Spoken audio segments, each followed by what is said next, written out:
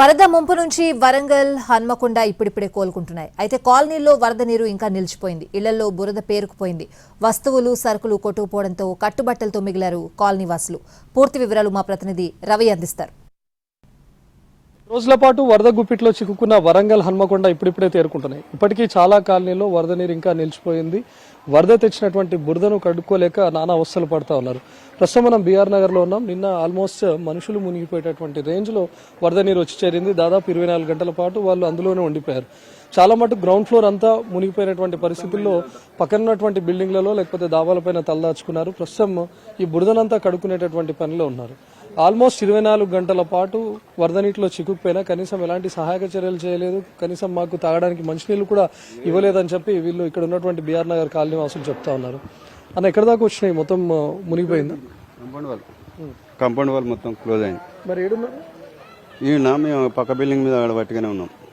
ఆడ ఆది ఈతలు కొట్టుకుంటా తాళ్ళతో పట్టుకుంటా పోయినాం. ఆడికి పోయాడు ఉన్నాం. ఎవరైనా వచ్చిరా? ఎవరైనా కనీసం వాటర్ తాగడానికి తాగడానికి ఏమి ఇవ్వలే, తినడానికి ఏమి ఇవ్వలే. అక్కడ గడ్డకాడ ఉన్నోనికి ఎవరికన్నా అందినే లేకపోతే లేదు. ఇక్కడ మాకైతే ఏం రాలేదు. అట్లా గట్టిగానే ఉన్నాం. ఇంట్లో సామాన్ ఉన్నాయా లేకపోతే అవి కూడా కొట్టుకుపోయినాయి? వరద కింటన్ బియ్యం దాకా పోయినాయి. కింటన్ బియ్యం, చిల్లర సామాను, ఫ్రిడ్జ్లు ఖరాబ్ అయినాయి, కూలర్లు ఖరాబ్ అయినాయి, అన్ని పోయినాయి. ఇదే మరి ప్రస్తుతం చాలా మటుకు గ్రౌండ్ ఫ్లోర్ లెవెల్ వరకే ఉన్నాయి. ఇదంతా బీఆర్ నగర్ కాలనీలో అంతా పేద కుటుంబాలే ఉన్నాయి. ఇక్కడ ఉన్నటువంటి గ్రౌండ్ ఫ్లోర్ దాకా వరద నీరు వచ్చి చేరడంతో ఇంట్లో ఉన్నటువంటి వస్తువులన్నీ కొట్టుకుపోయాయని చెప్తున్నారు. పూర్తిగా వరద నీటిలో తడిచిపోయాయి. వాటన్నిటిని పారవేసుకోవాల్సిందే. చాలా మటుకు ఇంట్లో బియ్యాన్ని నిల్వ ఉంచుకున్నటువంటి వాళ్ళు ఉన్నారు. ఆ బియ్యం కూడా పూర్తిగా తడిచిపోయింది. వాటన్నిటిని పారవేసుకోవడం తప్ప మరో పరిస్థితి లేకుండా పోయింది. లోపల ఉన్నటువంటి వస్తువులు కొట్టుకుపోయి కనీసం ఇక్కడ బురదనైతే క్లీన్ చేసుకుంటున్నారు కానీ కట్టుబట్టలతోనే మిగిలిపోయారు. ఇంట్లో ఉన్నటువంటి వస్తువులన్నీ పూర్తిగా తడిసిపోయాయి. ఇంట్లో ఉన్నటువంటి బట్టలు కూడా తడిసిపోయాయి. నిన్నటి వరకు వీళ్ళని అడుక్కొని ఎవరైతే ఫస్ట్ ఫ్లోర్ సెకండ్ ఫ్లోర్ వరకు ఉందో అలాంటి ఇళ్లలో తలదాచుకున్నటువంటి వాళ్ళంతా ఇప్పుడిప్పుడే తమ ఇళ్లలోకి చేరుకొని ఇక్కడ ఉన్నటువంటి వరద నీరు నిన్నటి వరకు ఎక్కడైతే వరద నీరు ముంచెత్తిందో అదే వరద నీటితోనే ఇప్పుడు వీటన్నిటిని బురదను క్లీన్ చేసుకుంటా ఉన్నారు. కనీసం ఇప్పటి వరకు ఎవరు అడగలేదు. వరద తగ్గిపోయిన తర్వాత అయినా ఇప్పటి వరకు ఎవరు ఇక్కడికి రాలేదని చెప్తా ఉన్నారు. కేవలం నిన్న ఎస్డీఆర్ఎఫ్ టీమ్స్ ఇక్కడికి చేరుకున్న ఎవరికైతే మెడికల్ ఎమర్జెన్సీ ఉందో వాళ్ళని మాత్రం ఇక్కడ నుంచి తరలించేటటువంటి ప్రయత్నం చేశారని చెప్తున్నారు. నిన్న కూడా మనం ఇక్కడికి వచ్చినటువంటి టైంలో రెస్క్యూ ఆపరేషన్స్ చూసాం. చాలా మటుకు ఎస్డీఆర్ఎఫ్ టీమ్స్ లోపలికి రావడానికి కూడా తీవ్ర స్థాయిలో ఆటంకం వాటిల్లింది. లోపలికి వచ్చిన తర్వాత ఎవరికైతే మెడికల్ ఎమర్జెన్సీ ఉందో వాళ్ళని మాత్రమే రెస్క్యూ చేసి బయట దాకా తీసుకొని వెళ్లారు. అయితే ఇక్కడ డ్రోన్ల ద్వారా కొంతమందికి ఫుడ్ ను సప్లై చేసేటటువంటి ప్రయత్నం కూడా చేశారు. కానీ అరకొరగా కేవలం ఇక్కడికి వచ్చినటువంటి అధికారులు మేమేదో సహాయక చర్యలు చేస్తున్నాం లేకపోతే వాళ్ళకు అందిస్తున్నాం అనేటటువంటి ఉద్దేశంతోనే కేవలం కొంతమందికి మాత్రమే బిల్డింగ్లపై ఉన్నటువంటి వాళ్ళకు అరకొరగా వాటర్ బాటిల్స్ అదేవిధంగా ఫుడ్ ను సప్లై చేసి వెళ్ళిపోయారని చెప్తా ఉన్నారు.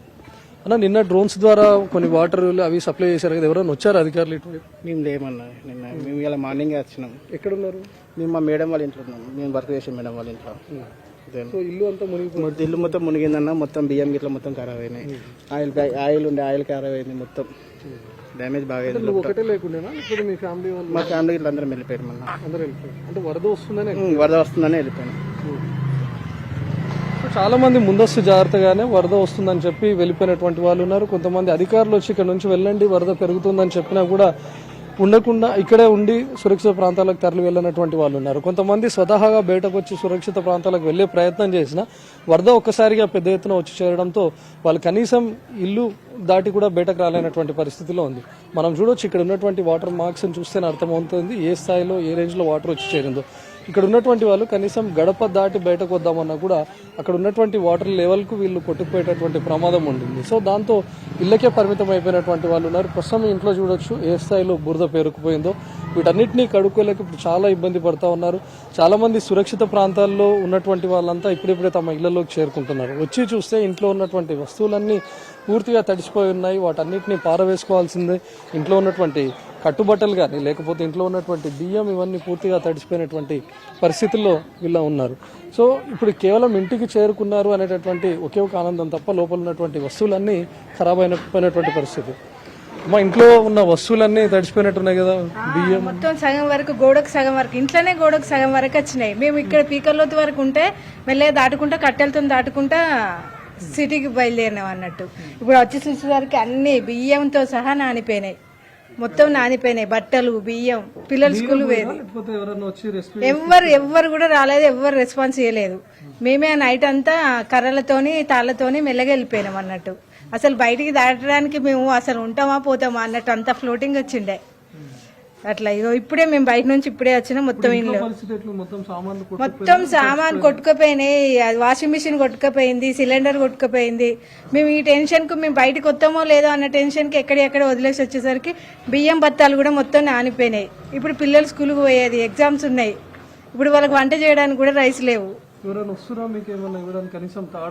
ఏమో నిన్నటి వరకు మేము లేము, మరి వాళ్ళు ఎవరన్నా వస్తారా, హెల్ప్ చేస్తారా, రాజకీయ పరంగా ఎవరైనా హెల్ప్ చేస్తారా తెలియదుగా. ప్రజెంట్ వరకు అయితే మేము ఇప్పుడే వచ్చినాము, ఎవరు హెల్ప్ చేస్తారో తెలియదు.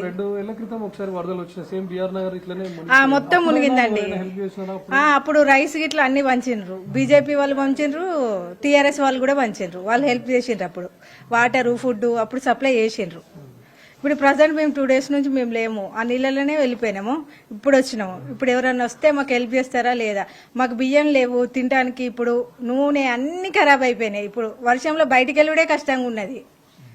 ఎవరైనా హెల్ప్ చేయాలని కోరుకుంటున్నాం మేము. ఒక్కసారిగా వరద నీరు వచ్చి చేరడంతో చాలా మంది ఇళ్లకు తాళాలు కూడా వేయకుండా వచ్చి అట్లాగే వెళ్ళిపోయామని చెప్తున్నారు. ఇక్కడ ఉన్నటువంటి ఈ మహిళ చెప్తున్నటువంటి ప్రకారం ఇంట్లో ఉన్నటువంటి వస్తువులన్నింటినీ కూడా అలాగే వదిలేసి వెళ్ళిపోయాం. వరద పెరగడంతో ఇంట్లో ఉన్న వస్తువులన్నీ కొట్టుకుపోయాయని చెప్తున్నారు. చాలా చోట్ల మనం చూస్తున్నాం, ఇంట్లో రైస్ను స్టోర్ చేసి పెట్టుకున్నారు. రైస్ కానీ పప్పులు కానీ కొన్ని స్టోర్ చేసి పెట్టుకుంటే అవన్నీ తడిచిపోయాయి. కొందరైతే మరీ ఘోరంగా కేవలం కట్టుబట్టలతోనే మిగిలిపోయారు. ఇంటికి చేరుకున్న తర్వాత వాళ్ళు స్నానం చేద్దామంటే వాటర్ లేవు, వేరే బట్టలు మార్చుకుందామన్నా కూడా లేకుండా అన్ని తడిచిపోయినటువంటి పరిస్థితిలో ఉన్నారు.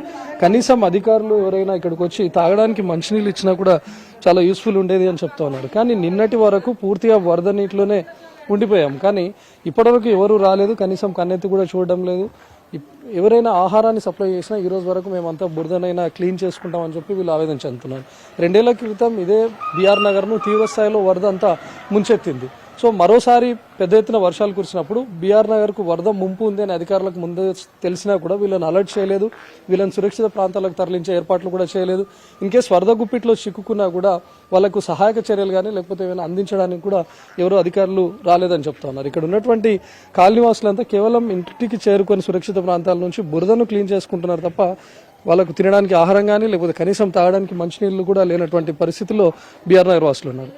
ఇప్పుడు ఏమన్నా వచ్చారమ్మా, ఎవరన్నా ఇస్తా ఉన్నారా? ఏమన్నా ఏం లేదండి, ఎవ్వరు రాలేదు, ఏమి ఇవ్వలేదు. ఇక్కడే అంతవరకు వచ్చాయి నీళ్ళు, అక్కడే ఉన్నాం, ఇందులో ఉన్నాం. మీరు ఇంట్లోనే ఉండిపోయారా? ఇంట్లోనే ఉన్నాం. బయటికి మా అంతలు మేమే బయటకు వెళ్ళిపోయినాం, ఎవరు కూడా పంపించలేదు. ఆయన ఫిర్స్ వచ్చి కింద పడిపోయినా కూడా కన్సర్న్కి తీసుకొచ్చేటోళ్ళు గతిలేరు మాకు.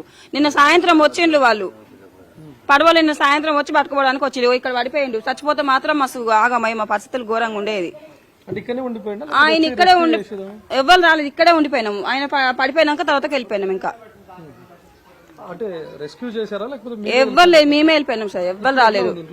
ఇప్పుడు ఇంట్లో పరిస్థితి అయితే ఏం లేదు. ప్రస్తుతానికి ఇప్పుడే ఇల్లంతా క్లీన్ చేసుకున్నాం. ఇంట్లో ప్రస్తుతానికి ఏం లేవు, అన్ని పాడైపోయినాయి. అన్ని బియ్యము, నీళ్లు, నిప్పులు ఏం లేవు. బట్టలు కూడా ఖరాబ్ అయిపోయినాయి. ఎంటైర్ బీఆర్ నగర్ లో ఏ ఇంటిని కదిపినా ఇలాంటి పరిస్థితి కనిపిస్తుంది. మొత్తం కట్టుబట్టలతో మిగిలిపోయారు. ఇంట్లో ఉన్నటువంటి పప్పులు కానీ లేకపోతే రైస్ కానీ స్టోర్ చేసుకున్నటువంటి రైస్ అంతా తడిచిపోయింది. వాటన్నింటినీ పారవేసుకోవడం తప్ప మరో దిక్కు లేకుండా పోయింది. సార్ ఒకసారి మా ఇల్లు చూసినాక మాట్లాడతా సార్. ఎట్లా ఉంది ఇంట్లో పరిస్థితి? ఎట్లా ఉంది ఒకసారి చూడండి సార్.